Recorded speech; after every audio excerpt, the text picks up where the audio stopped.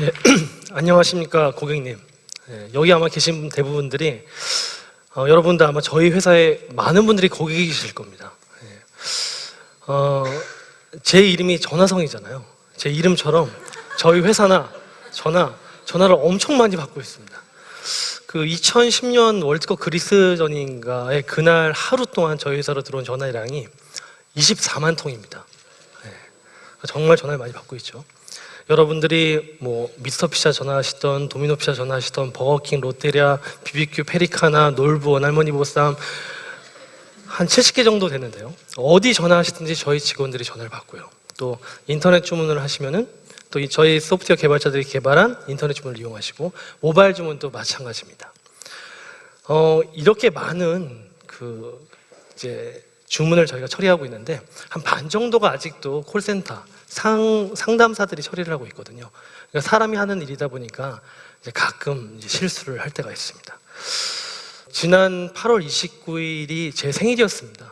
뭐 제 생일 여러분께 챙겨달라고 말씀드린 건 아닌데, 보통 생일이면은 뭔가 기대를 하게 되죠. 오늘 왠지 나한테 좋은 일이 생길 것 같다, 기대를 하게 되죠. 근데 생일날 아침에 일정을 봤더니 하루 종일 좀 빽빽한, 또 서울 대전을 왔다 갔다 하는 일정이 되게 많았습니다. 제가 저녁쯤 돼서 이제 서울 올라오는 길이었는데 처음으로 휴게소에 들러서 첫 식사를 했습니다. 제 점심 때 호두 과자가 점심이었었거든요. 그렇지만은 뭐 전국에 저희 거래처들이 있고 또 서울로 올라와서도 마지막 미팅이 이스라엘에서 온 손님이셨는데 10시, 오후 10시가 미팅이었었고 굉장히 차가 막히는 길이었지만 그 미팅을 위해서 열심히 왔습니다. 왜냐면은 그 미팅이 끝나면은 그래도 집에 들어가서 아이들과 잠깐이라도 좀 좋은 식사를 하기 위해서였죠. 10시에 이제 손님들을 만나고, 그리고 그날 또 운전을 하면서 비가 오면은 여러분들 배달 음식 또 많이 시키시잖아요. 그러니까 그 전 센터가 다 비상이어가지고 고객사들하고 많은 통화가 있었습니다. 그러니까 갑자기 주문이 몰려 들어오니까 고객사들은 이게 좀 약간 지연이 되는 것 같다, 이런 전화들에 다 일일이 응대하면서 이렇게 정말 숨가쁘고 힘든 하루였었죠. 그렇지만은 이제 11시가 넘어가고 한 이제 11시 50분 정도 돼서 저 멀리 제가 운전을 해서 집에 가고 있었는데 집이 보였습니다. 그래서 곧 아이들을 볼 수 있다는 희망으로 야, 빨리 들어가서 아이들과 남은 10분이라도 잘 보내보자라고 하는데 11시 55분에 갑자기 전화가 왔습니다. 모르는 핸드폰이더라고요. 전화를 딱 받았더니 처음부터 굉장히 거친 항의가 시작이었습니다. 그 고객은 모 치킨 브랜드에 이제 주문을 했는데 상담사의 실수로 1시간 동안 치킨을 못 받으신 거예요. 그러니까 사람이 좀 배고프면은 좀 짐승의 본능이 나오잖아요. 그러니까 막 퍼부시는 건데, 여러분들 이제 보통 배달 주문하다 보면은 다 필요 없고 사장 바꿔 이런 얘기 되게 많이 하시죠. 다 저 바꿉니다. 그날도 당인 상담사가 사장 바꾸라 했는데 사장님 안 계신데, 그래서 핸드폰 번호라도 알려줘 그래서 11시 55분에 저한테 전화 온 겁니다. 제가 그 전화를 받고 죄송합니다만 한 200번을 한 것 같습니다. 죄송합니다. 한 200번 죄송합니다가 끝나고 보니까 제 생일이 지나갔더라고요. 다음날 새벽 1시 한 8분 정도 됐던 시간이었습니다. 근데 그러고 보니까 사람 자존감, 기업가는 사실 자존감이 상당히 중요한데 제가 잠깐 자존감이 무너져가지고 한 5분을 차 안에서 울었습니다. 울고 집에 들어가서 이제 잠들어 있는 아이들을 보고 이제 저도 잠에 들었는데 보통 기업을 하는 사람들은 그릇이 커야 된다고 얘기를 하잖아요. 그릇. 근데 그 그릇에 앞에는 수식어가 하나 생략이 되어 있습니다. 무슨 수식어냐면 고통을 감당할 수 있는 그릇. 제가 시아 사업이 15년 차인데요. 점점 제 그릇이 커지고 있다라고 표현할 수 있는 부분은 내가 고통을 감당할 수 있는 그릇이 커지고 있다, 이렇게 다시 바꿔서 말씀드릴 수 있겠습니다. 여러분들께 오늘 드리고 싶은 말씀은 어떻게 하면 기업을 시작할 수가 있는가? 되게 막연하죠. 어떻게 기업을 시작할 수 있지? 되게 막연합니다. 많은 스타트업 기업들이 어떻게 아이템을 찾아요? 정말 많은 질문을 던지는데 아이템 자체가 되게 막연한 얘기입니다. 지금 보시는 이 화면이 실리콘밸리에서 애플의 CMO 출신이 스타트업들이 사업계획서를 써서 피칭을 할 때, 프레젠테이션 할 때 가장 적합한 단계이다라고 이제 저한테 준 자료인데요. 여기서 가장 중요한 핵심이 뭐냐면 많은 투자자들도 주목을 하는데 3번과 4번입니다. 3번이 무엇이냐면요. 프로블럼. 너 문제를 알고 있어? 너 그 시장에 혹시 문제를 알고 있니? 그게 3번이고 4번은 너 이 시장에 문제를 알고 있으면 솔루션은 어떻게 정의했어? 너 해결 방법 가지고 있어? 이 3번, 4번이 가장 중요한 부분입니다. 사업의 시작이자 핵심이라고 볼 수가 있습니다. 이건 아마 한 번쯤은 그려보셨을 수도 있습니다. 비즈니스 캔버스라는 겁니다. 보통 아이디어가 있으면 이 아이디어를 사업 모델링화하는 것이 바로 비즈니스 캔버스입니다. 근데 비즈니스 캔버스에도 역시 핵심은 저 두 칸인데요. 밸류 프로포지션, 어떤 가치를 줄 거야? 그리고 커스터머 세그먼트, 어떤 시장인데? 거꾸로 말씀을 드리자면 어떤 시장에 어떤 가치를 줄 거야? 어떤 고객한테 어떤 가치를 줄 거야? 아까 문제 관점에서 해석을 하자면은 누구의 어떤 문제를 어떻게 해결해 줄 거야? 이게 바로 아이템을 발굴하는 방법입니다. 이 아이디어를 발굴하기 위해서는 문제에 몰입을 해야 됩니다. 문제에 몰입을. 문제에 몰입을 짧게 할 수도 있지만 길게 할 수도 있죠.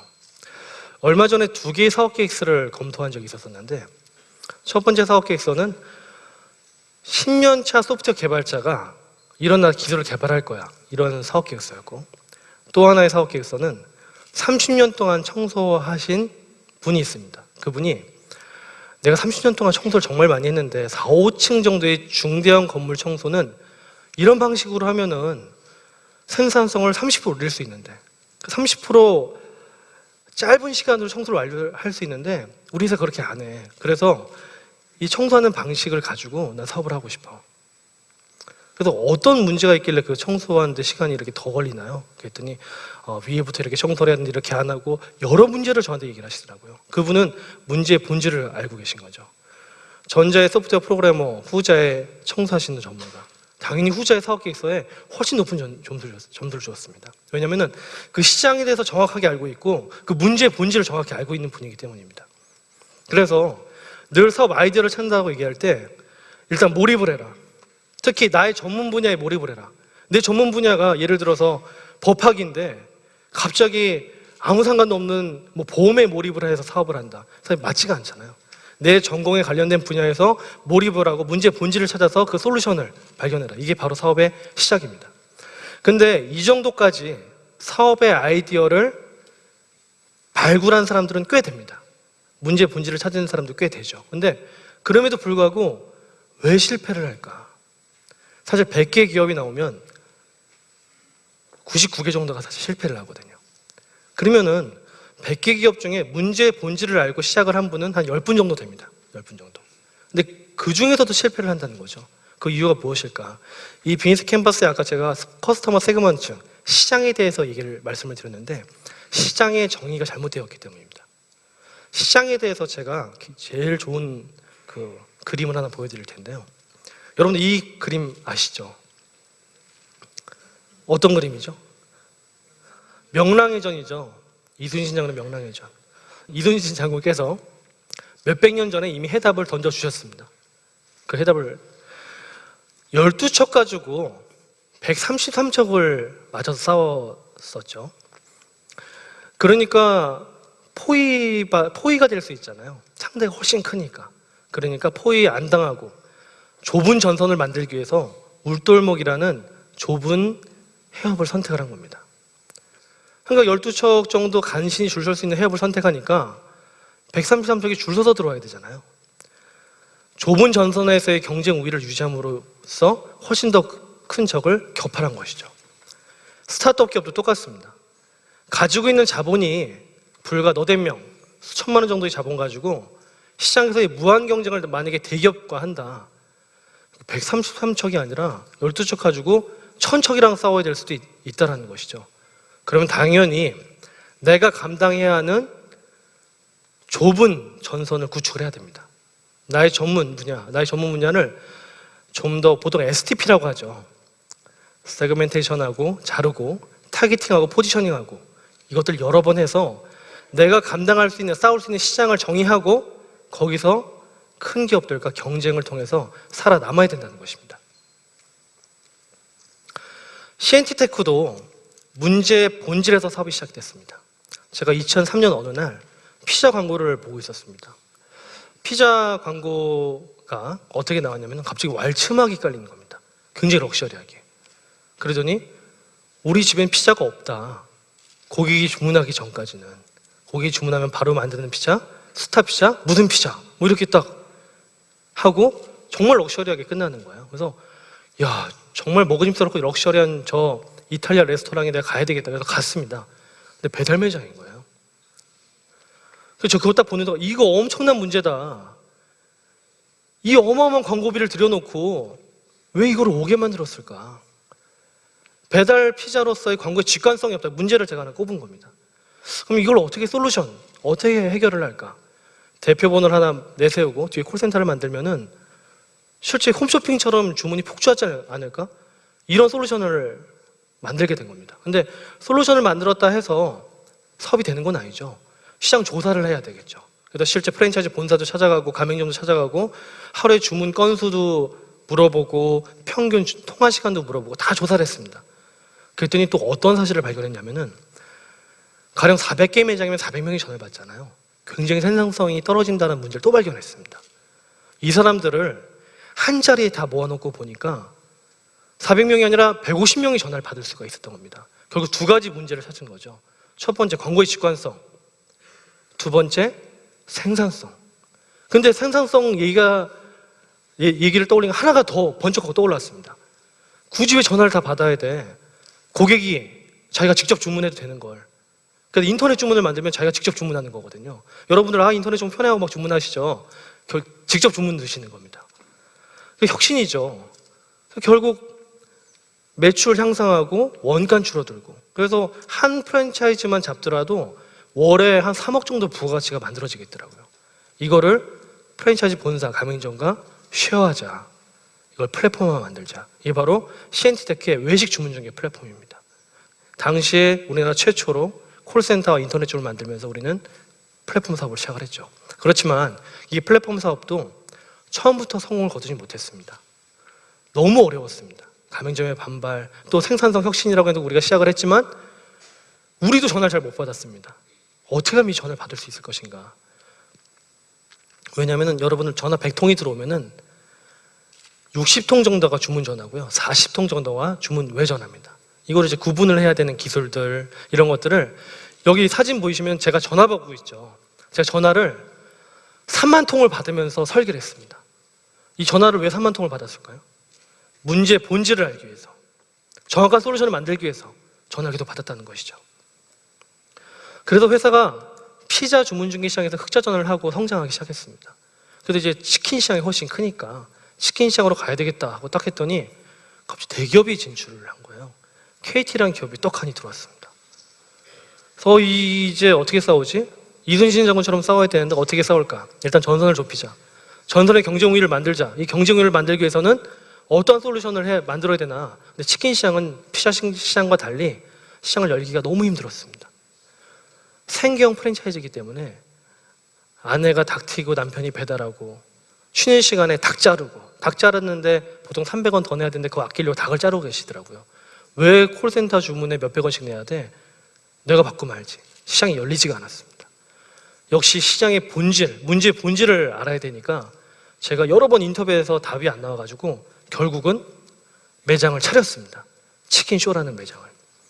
그래서 제가 직접 튀기고 전단지 붙이고 배달하고, 전단지 붙이고 배달하고 튀기고, 이거를 계속 하다 보니까 하나의 아이디어를 끄집어낸 겁니다. 육아 때문에 아내가 집에 들어가 있는 시간, 남편이 혼자 운영할 수가 없으니까 알바를 고용합니다. 알바를 고용하는 이유는 배달을 대신 시키기 위해서, 또는 전단지 붙이기 위해서. 그 시간대는 다 적자입니다. 근데 그렇게 하지 말라는 겁니다. 콜센터에서 전화 받아줄 테니까 매장 문 잠궈 놓고 전단지 혼자 붙여라. 주문 들어오면 그때 가서 튀겨라. 갖다 줘라. 또 붙여라. 근데 이게 솔직히 혼자 붙이고 튀기고 배달하기 할 수가 없잖아요. 그래서 제가 직접 해본 겁니다. 6개월을. 그래서 검증을 해냈고 이 솔루션을 잘 다듬어서 실제 시장에서 다시 경쟁을 시작했습니다. 결국 3년 동안 경쟁을 통해서 KT가 시장에서 철수를 하고 CNTT가 시장 점유율을 90% 이상을 유지를 하기 시작했습니다. 이 역시도 문제의 본질을 경험적으로 몰입해서 알아냈기 때문이라고 생각을 합니다. 여기 보이시는 CNTT의 거래처 현재 67개, 총 34,000개 매장, 연간 저희가 만들어내는 거래액은 7,200억 원, 총 연간 2,400만 건의 주문을 처리하는 우리나라 외식 주문 중개 플랫폼, 소상공인들이 정말 즐거워 행복하는 플랫폼을 우리는 완성을 했고 지금도 이 플랫폼을 열심히 운영을 하고 있습니다. 최근에 저희가 또 플랫폼을 하나 만들었는데요. 이웃농촌이라는 플랫폼입니다. 이 플랫폼은 농축산물 직거래입니다.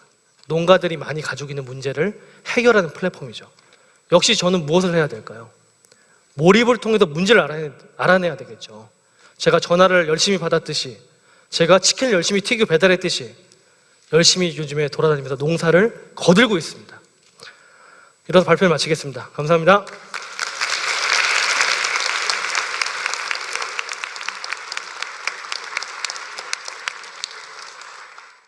나에게 있어서 기업가 정신이란 고통을 인내하는 그릇을 키워가는 과정이다, 이렇게 설명드리고 싶습니다.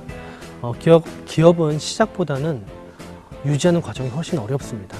그렇기 때문에 유지를 위해서 가장 필요한 것은 인내, 그 인내 중심에 제가 말씀을 드렸습니다.